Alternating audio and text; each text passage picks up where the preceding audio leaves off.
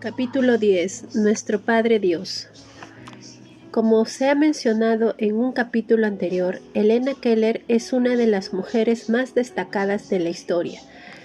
Luego de recibir los consejos del doctor Alejandro Graham Bell, sus padres emplearon a un maestro del Instituto Perkins para invidentes en Boston, para la tarea de instruir a Helena, que tenía entonces 6 años. Eligieron a Anna Sullivan, una huérfana de 19 años. Ese fue el comienzo de una estrecha amistad que duraría toda la vida. Mediante un alfabeto manual, Anna deletreaba en las manos de Helena, leyendo y escribiendo en braille con fluidez. A los 10 años, Helena aprendió diferentes sonidos mediante la colocación de sus dedos en la laringe de su maestra y a escuchar las vibraciones. Después fue a la Universidad Radcliffe, donde Anna deletreaba las conferencias en las manos de Helena. Luego de graduarse cum laude, Helena decidió dedicar su vida para ayudar a los ciegos y sordos. Como parte de ese esfuerzo, escribió muchos libros y artículos y viajó alrededor del mundo dando conferencias. Y puesto que las conferencias no eran comprensibles para algunas, Anna frecuentemente se las traducía.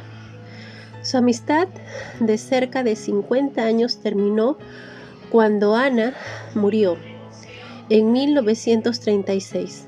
Entonces Anna escribió estas entrañables palabras dedicadas a su amiga de toda la vida.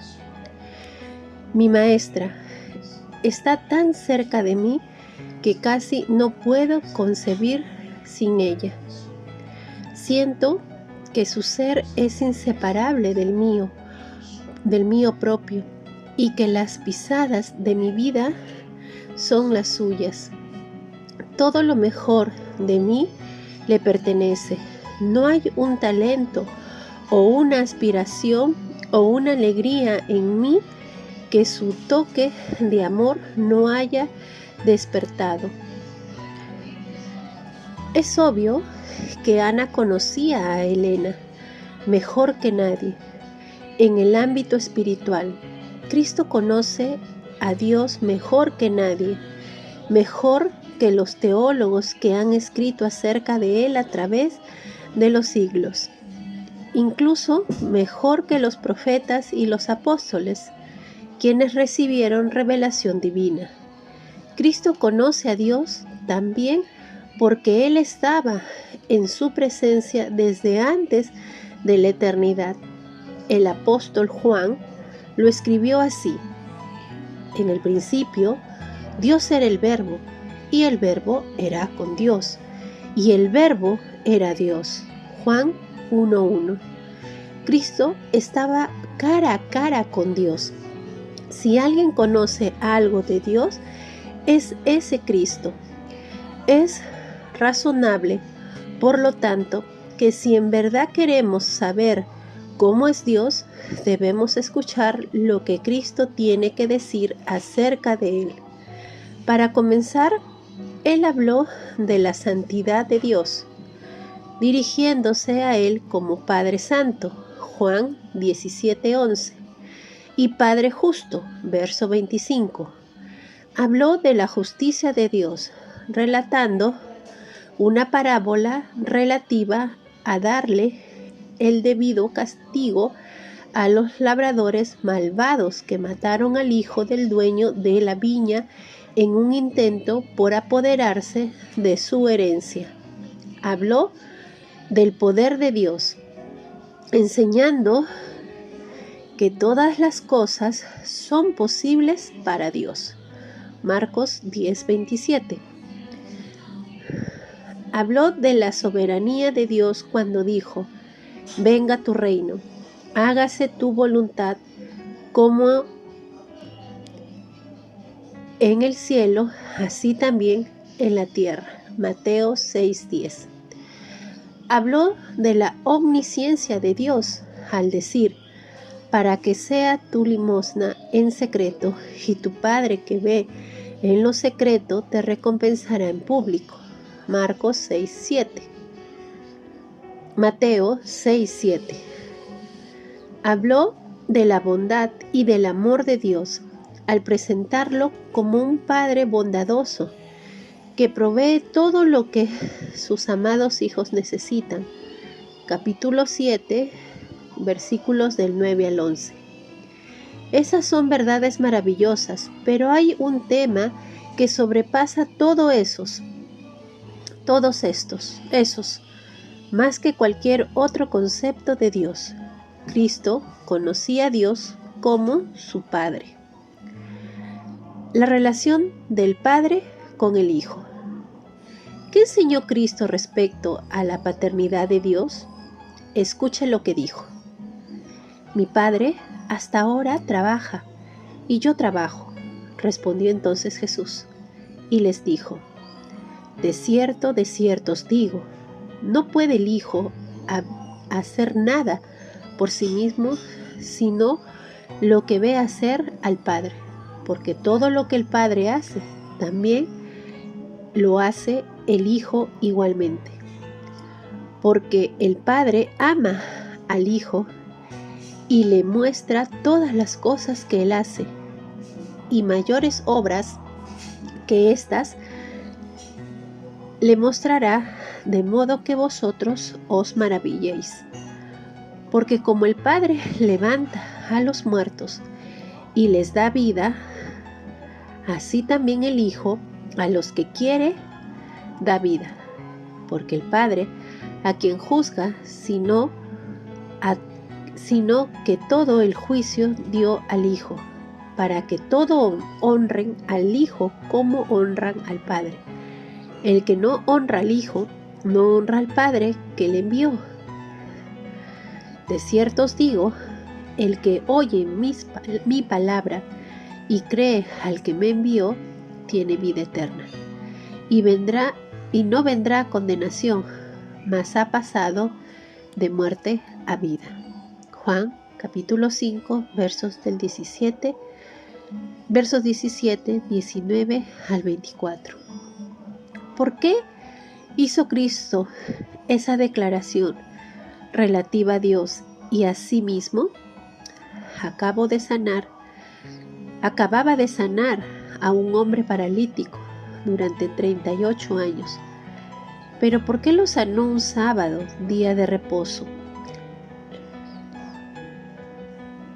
¿Por qué lo sanó un sábado, día de reposo?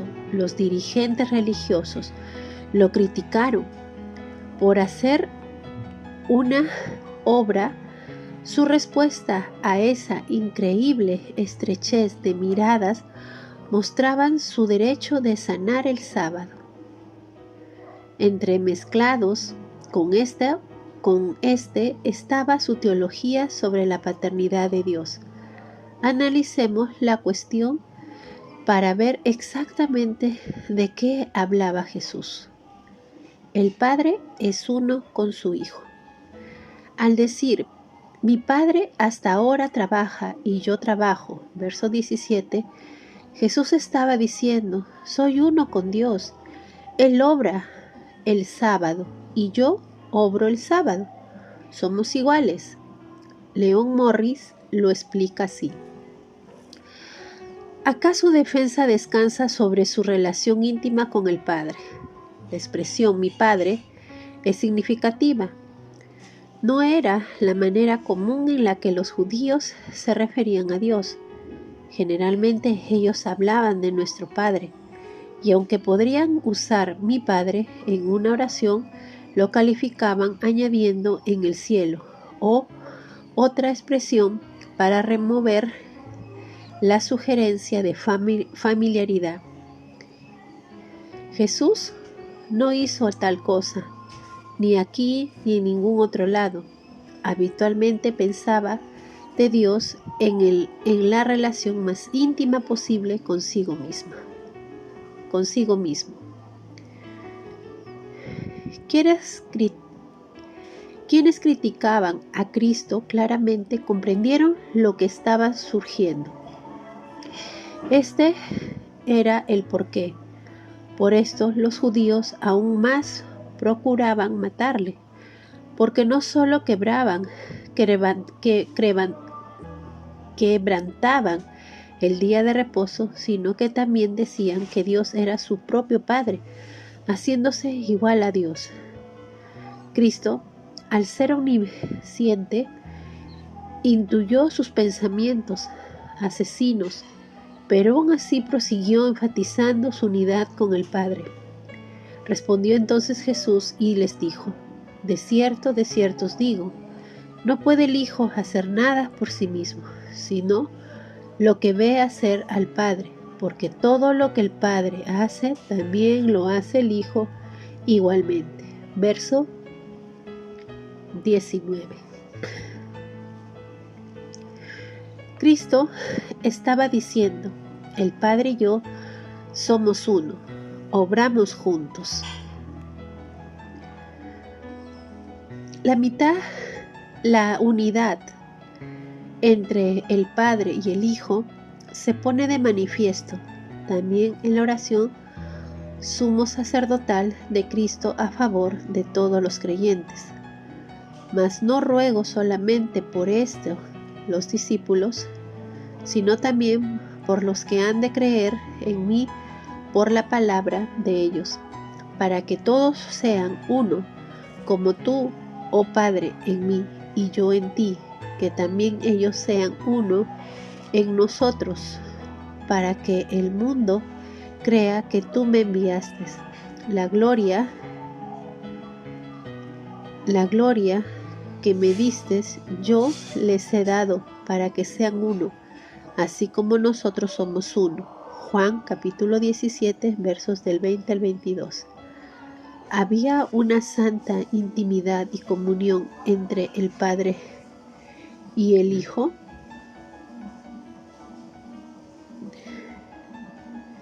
El Padre ama a su Hijo. ¿Qué más enseñó Cristo al relativo a Dios? Su amor. Porque el Padre ama al Hijo y le muestra todas las cosas que Él hace, y mayor obra que ésta le mostrará, de modo que vosotros os maravilléis. Juan capítulo 5, verso 20. Cristo estaba bien compenetrado del amor del Padre, porque en su oración sumo sacerdotal dijo: yo en ellos y tú en mí, para que sean perfectos en unidad, para que el mundo conozca que tú me enviaste y que los has amado a ellos como también a mí me has amado.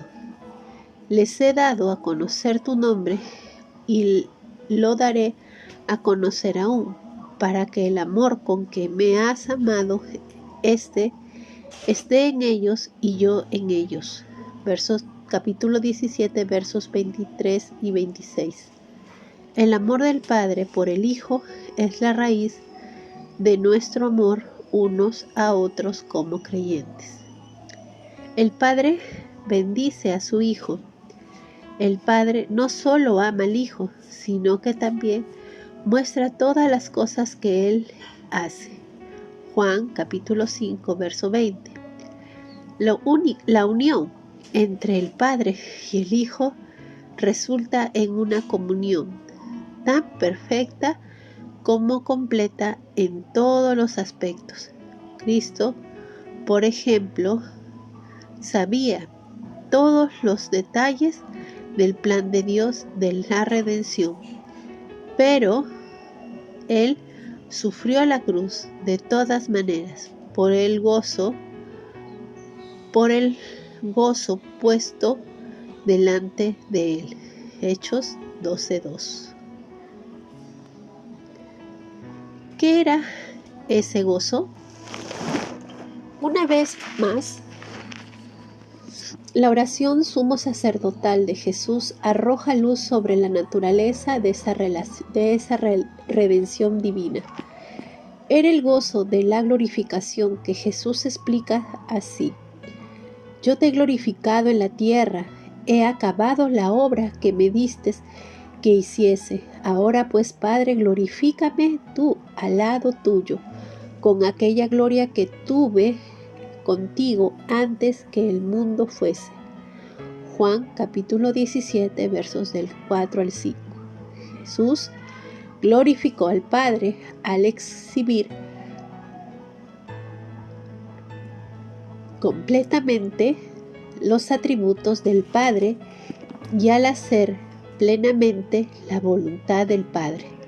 Asimismo, glorificamos a Dios cuando permitimos que sus atributos brillen a través de nuestras vidas y obedecemos su voluntad en todas las cosas que hacemos.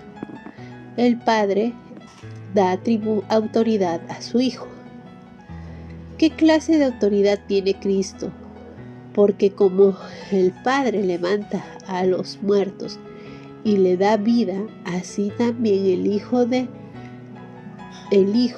a los que quiere da vida. Porque el Padre a nadie juzga, sino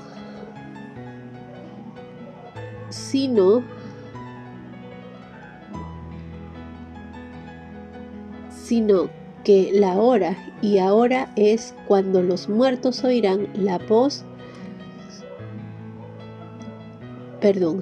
sino que todo el juicio dio al Hijo.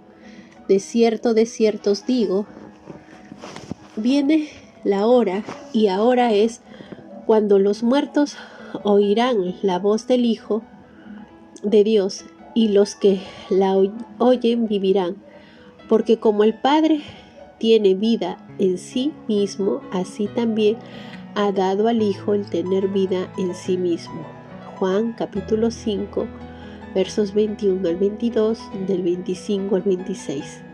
El Padre dio al Hijo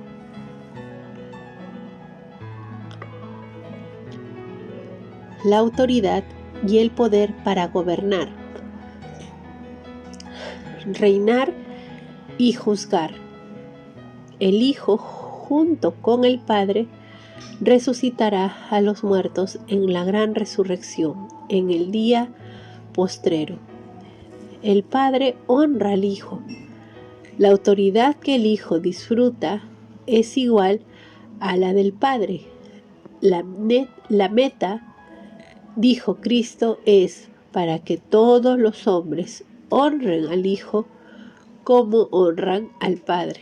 El que no honra al Hijo, no honra al Padre que lo envió. De cierto os digo, el que oye mi palabra y cree en el que me envió, tiene vida eterna.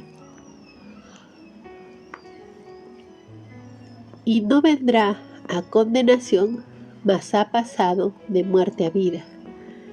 Capítulo 5, versos 23 y 24. Todos los que creen en Dios, como Él se ha revelado,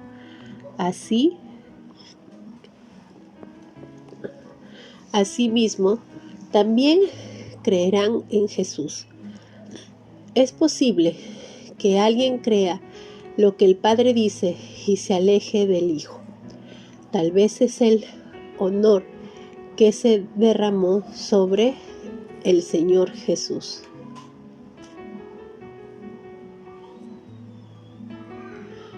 Pertenecer a la familia de Dios. Dios es Padre, no solo del Hijo, sino también de todos los creyentes. Pertenecer a la familia de Dios. Dios el Padre no solo del Hijo.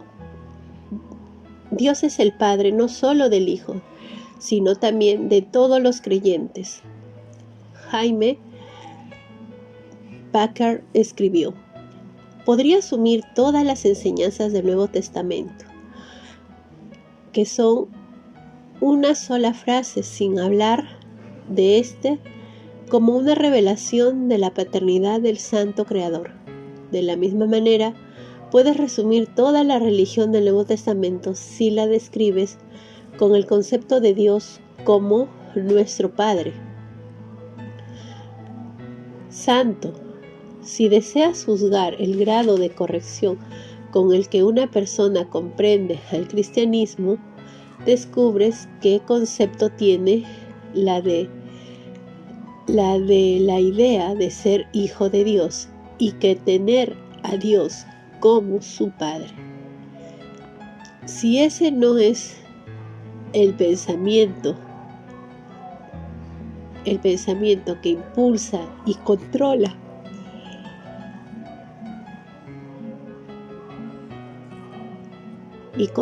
su adoración, sus oraciones y toda su perspectiva de la vida, eso significa que no entiende el cristianismo en lo absoluto.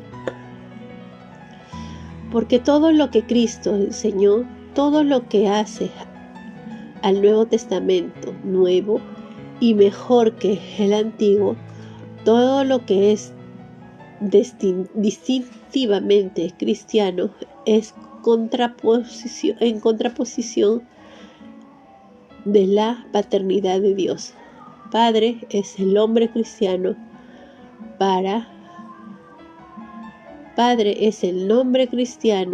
para Dios.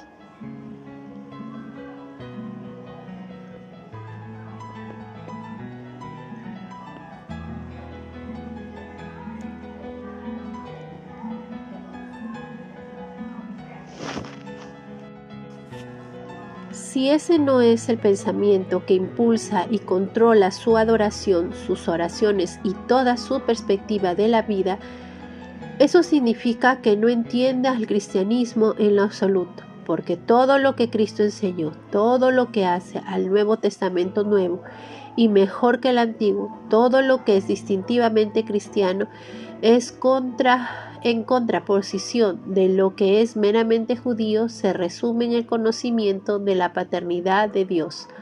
Padre es el nombre cristiano para Dios. En Romanos 8, 14, 17, Pablo escribió de nuestra adopción en la familia de Dios como sus hijos, porque todos los que son guiados por el Espíritu, estos son hijos de Dios. Pues no habéis recibido al espíritu de esclavitud para estar otra vez en temor, sino que habéis recibido al espíritu de adopción por el cual clamamos Abba Padre. El Espíritu mismo da testimonio de nuestro espíritu de que somos hijos de Dios, y si hijos, también herederos, herederos de Dios y coherederos con Cristo, si es que padecemos juntamente con Él, para que juntamente con Él seamos glorificados.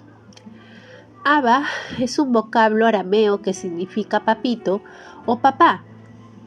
Es un término personal que refleja confianza, dependencia, intimidad y amor. En otros tiempos éramos pecadores, que vivíamos en temor. Ahora somos hijos bajo el cuidado de nuestro Padre Celestial. En otro tiempo éramos extranjeros, ahora somos amigos íntimos. Nuestra adopción significa que podemos entrar en la majestuosa presencia de Dios y decirle, papito. El papel del Espíritu Santo, el tercer miembro de la Trinidad, es papel del Espíritu Santo, el tercer miembro de la Trinidad, darnos un sentido profundo de intimidad con el Padre. Él nos impulsa a entrar en la presencia de Dios para tener comunión íntima, no en temor, sino con un sentido de libertad y confianza. Eso hace fácil compartir con Dios las más profundas preocupaciones de nuestro corazón. Podemos decirle, necesito hablar contigo de este problema. El autor de la carta a los Hebreos habló de nuestra intimidad con Dios de esta manera: porque el que santifica, Cristo, y los que son santificados, de uno son todos, por lo cual no se avergüenzan de llamarlos hermanos, diciendo: anunciaré a mis hermanos tu nombre, en medio de la congregación te alabaré. Jesús nos llama hermanos y hermanas y se ve a sí mismo a nuestro lado cantando alabanzas a Dios. Una parábola acerca de Dios. En el Evangelio según Lucas hay una historia relatada por Jesús que se conoce comúnmente como la parábola del Hijo Pródigo, capítulo 15, versos del 11 al 32. Ese título es algo engañoso porque el centro de la parábola es el Padre misericordioso, no el Hijo rebelde. Ilustra la paternidad de Dios de manera práctica y nos ayuda a ver cómo verdaderamente es Dios. El Hijo descarriado. La parábola concierne a un hombre que tiene dos hijos.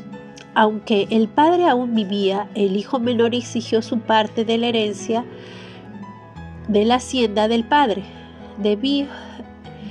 Debió de ser la tercera parte, puesto que era el hijo menor, ya que el hijo mayor, como primogénito, recibiría la doble porción de la herencia. Pueden ver Deuteronomio 21, versos 17 de la Biblia de Estudio de MacArthur. Tal petición era obviamente una demostración de una gran falta de respeto. De hecho, según las costumbres del Medio Oriente, era el equivalente de desear la muerte. Poco después de recibir la herencia, el hijo menor decidió marcharse a una provincia lejana, donde malgastó su herencia, viviendo perdidamente. La frase hablada del derroche, exceso y extravagancia sin control, aunque no sabemos exactamente lo que hizo con la herencia, sí sabemos que por llevar una vida sin control consumió toda su fortuna. El hijo menor entonces se enfrentó a un doble desastre. Después de haberlo gastado todo, una gran hambruna tuvo lugar en la tierra y le comenzó a faltar todo lo necesario. Ya la comida era escasa y muy cara. Nadie le regalaba.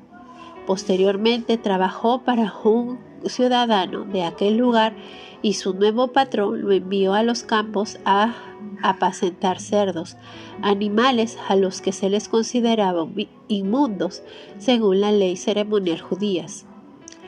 Al parecer, ni el patrón ni nadie le daba algo de comer antes de ir a trabajar. Quizás el patrón valoraba más a los cerdos que a la vida humana, pensando que los animales podían al menos comerse o venderse en el mercado. El hijo hambriento estaba tan agobiado que deseaba comer la comida de los cerdos. El Padre misericordioso. Cuando la desilusión se afianzó, el hijo menor por fin volvió a sí y dijo: ¿cuántos jornaleros en casa de mi padre tienen abundancia de pan, y yo aquí padezco hambre? Verso 17. Jornaleros.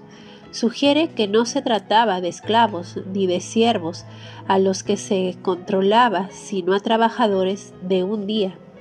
Estaba diciendo: aún las personas a las que mi padre pone a trabajar por un día tienen suficiente alimento. Desde sus sombrías circunstancias nacieron los comienzos del arrepentimiento.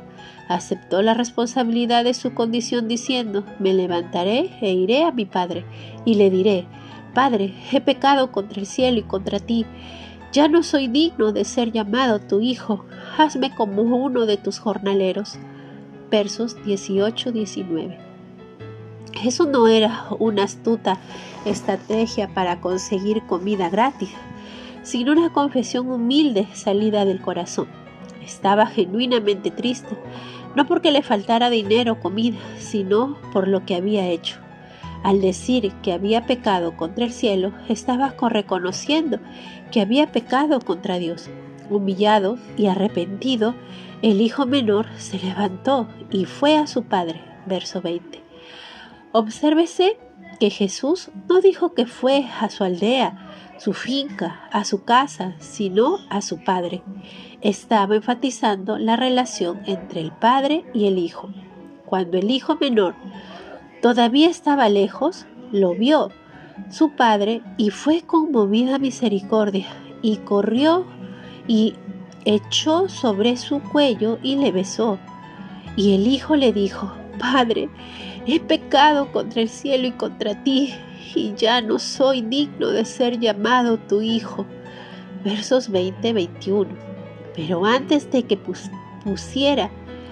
pudiese decir: hazme como uno de tus jornaleros, el padre convocó una celebración. Así es también nuestro Padre Celestial. Está tan ansioso de que vengamos a Él, que nos abraza con amor y nos besa antes de que podamos pronunciar todas nuestras palabras de confesión. La relación no se hizo esperar, pero el Padre dijo a sus siervos: sacad el mejor vestido y vestidle, y poned un anillo en su mano y calzado en sus pies. Traed el becerro gordo y matadlo, y comamos y hagamos fiesta, porque este es mi hijo, muerto era y ha revivido, se había perdido y es hallado. Y comenzaron a regocijarse. Versos 22-24. Con el espíritu de perdón, el Padre proporcionó a su Hijo lo mejor de todo lo que tenía. Asimismo, Dios es un Padre que ama profundamente a todos los pecadores arrepentidos, los abraza, se goza con ellos y le da lo mejor. La relación del Padre con los creyentes. En Juan 5, Jesús habló de la relación íntima del Padre con el Hijo. Y la parábola del Padre amoroso en Lucas 15 se refiere a la relación íntima del Padre con los creyentes. La misma relación que Cristo enseñó acerca del Padre en Juan 5 se ilustra en esa parábola. La cuestión es esta: el amor de Dios por nosotros no es menos que su amor por el Hijo. Veamos cómo sucede esto. El Padre es uno con sus hijos. En la parábola, el hijo menor estaba preparado para decirle a su padre: ya no soy digno de ser llamado tu hijo. Pero cuando llegó, su padre ordenó una celebración por ese hijo mío. Por este hijo mío. Versos 24. El Padre de igual manera reclama como suyo al pecador que se arrepiente y viene a Él en busca de perdón. Cristo enfatizó nuestra unidad con el Padre cuando dijo: en la casa de mi Padre muchas moradas hay, así no fuera, yo os lo hubiera dicho. Voy pues a preparar lugar para vosotros. Juan 14:2. Obsérvese que hay solo una casa con muchas moradas. En la casa del Padre, el cielo no está formado por manzanas de calles alineadas con muchas mansiones. Nuestra residencia no se hallará porque vayamos 6 manzanas a la derecha y luego bajemos hacia la izquierda. Todos nosotros, como creyentes, viviremos en la casa del Padre porque somos uno con Él y miembros de la misma familia. El Padre ama al Hijo, a los hijos. El Padre vio a su hijo menor cuando aún estaba lejos. Lucas 15:20. Desde que el hijo menor se marchó, evidentemente el padre había estado velando por su regreso. Al ver a su hijo en la distancia, el padre fue movido a misericordia y corrió y se echó sobre su cuello y le besó. Obsérvese que el padre no esperó que su hijo pronunciase un discurso. No se dijo a sí mismo: quisiera saber lo que va a decir cuando llegue aquí. Vemos que esa iniciativa también se ilustra en la parábola de la oveja perdida. ¿Qué hombre de vosotros, teniendo 100 ovejas, si pierde una de ellas, no deja las 99 en el desierto y va tras la que se perdió hasta encontrarla? Y cuando la encuentra, la pone sobre sus hombros gozoso. Lucas 15 del 4 al 5. Todo pastor busca su oveja perdida, no solo por una cuestión de responsabilidad, sino como un acto de amor. Como un pastor que busca un cordero perdido, el Padre sintió piedad y compasión en lo más profundo de su ser.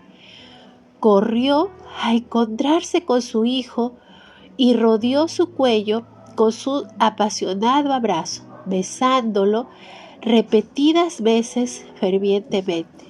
Nuestro Padre Celestial nos ama de la misma manera. Algunos creyentes contristos y arrepentidos por algún pecado que ha cometido, les cuesta creer que Dios los ama y los perdona, pero esa duda y temor no tiene apoyo bíblico, porque nuestro Padre no solo nos acepta, sino que también corre para abrazarnos con amor. En el ahora famoso Footprint Huellas se cuenta la historia de un creyente que murió y fue al cielo. El padre lo abrazó con amor y le dijo: hijo, he estado esperando por ti. Juntos miraron hacia atrás como el hombre había vivido su vida.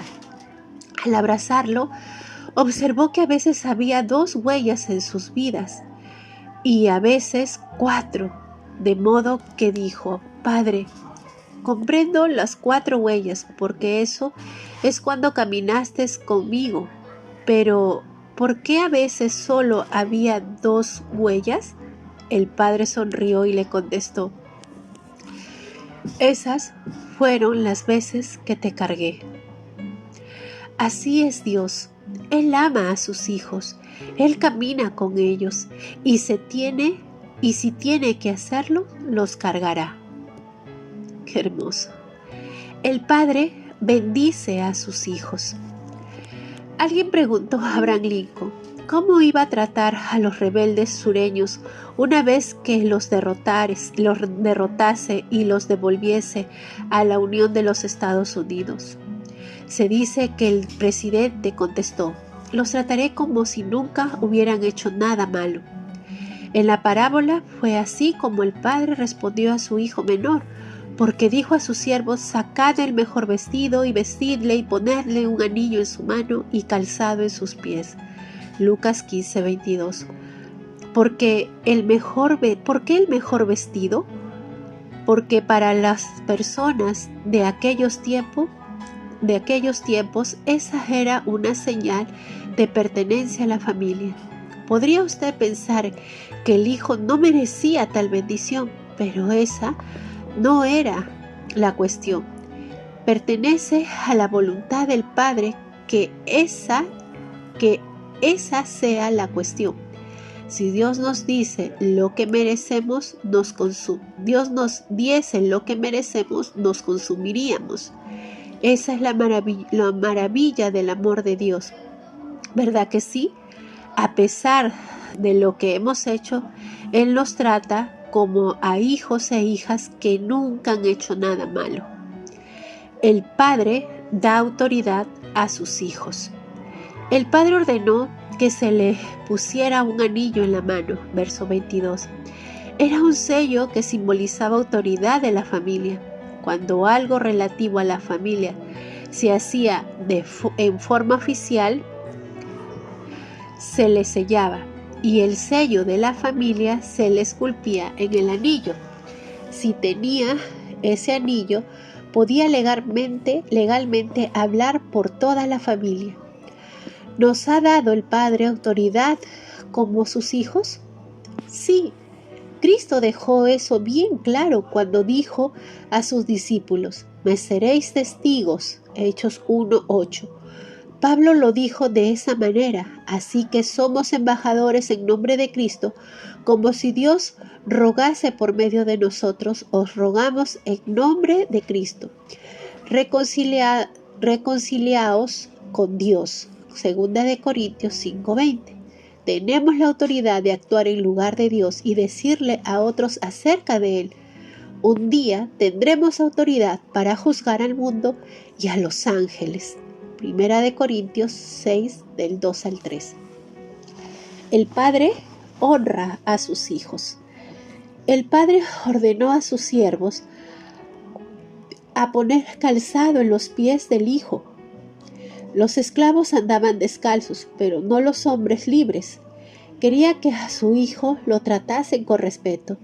El Padre también ordenó una declaración que incluía una fiesta, música y danza.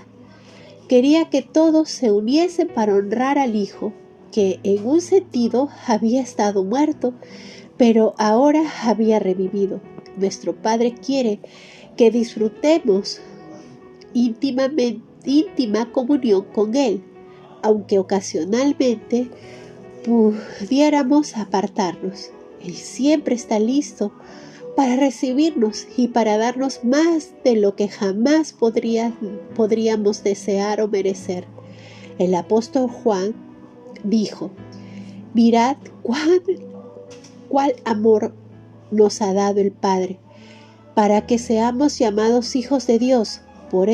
Por esto el mundo no nos conoce, porque no le conoció a Él. ¿Cómo es Dios? Él es nuestro Padre amante. ¿Así lo cree usted?